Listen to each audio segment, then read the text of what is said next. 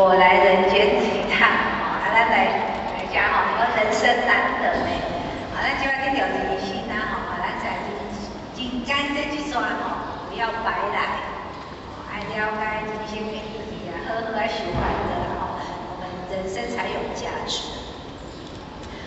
好，啊，即摆吼，来讲到无为吼，书到最后大家无为哦，啊无为，结果咱无为有啥物好处？无为即无不为啦，咱若真正达到无为，那咱就当做到无不为。吼，无不为啥？无啥物咱做袂到的啊！吼，无所限制了啦。哦，咱已经就自然的心中无任何的挂碍，心中无任何的执着，那咧做啥物代志，咱拢会当得心应手。就像咱孔夫子甲咱讲的，咱若看孔夫子伊一生的过程啊，伊讲伊15岁哦，10有5字字有学啊，伊15岁就开始念字向学，伊的字向在学，所以伊一直咧为学经营。啊，学偌久，30字念40字不晓，到50到50吼，50字知天命吼，伊这学习历史的过程到50，才真正达到无为的境界。好，知天命啊嘛，吼，到即个自然啊，无为啊，啊最后面的六心逆顺七心将心所欲无不为啊，伊后面就要做到无不为啊，从心所欲啊，我想怎样就怎样，我的心中是没有任何挂碍，无任何的代志，无任何的因素，不会将来的外心，所以是将心所欲。啊，咱若真正到无为，咱就会当无所无不为啦，无啥物做袂到吼，所以讲，咱先看一下吼。不变应万变。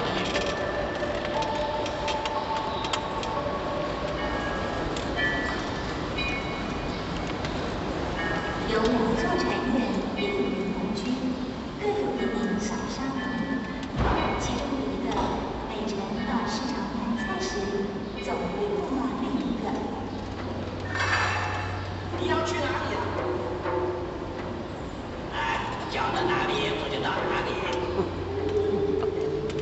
下次他人这样回答时，你就问他：如果没有脚，你到哪里？接下来他一定回答不了了。你要去哪里啊？跑到哪里，玩到哪里。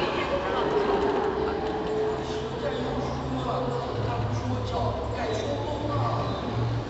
下次你问他，家室没有风，你到哪里？好。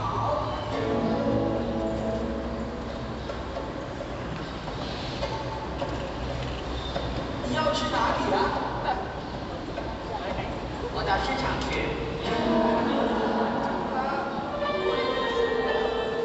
以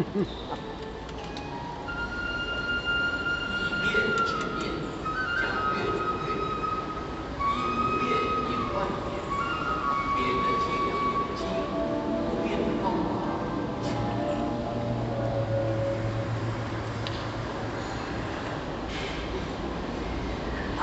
真趣味吼，咱吼爱不变来应万变啊，不变的就是这个无为的心啦吼，啊，咱若无为的心，咱拢无执着吼，啊，随时啊，就要无不为啊吼，所以后壁甲咱讲吼，变的伎俩无限，不变的伎俩有限啊，不变的伎俩无穷。你若不变。什么都可以嘛，啊，你也在应对，要想一办法要甲应对，变的既然有限的啦，但是这个不变的这个分体，这是无限的，啊，所以咱这本抓会到一切苦在跟咱屏蔽，抓咱都无离代，无关系啦，跟我都没有关系啊。所以讲，只要我们的心啊，咱的心，只要你不在意，只要你不在意。世界上所有的事情都跟我没关系，全世界都影响不了我，只要我不在意。对咱有影响，因为我在意了。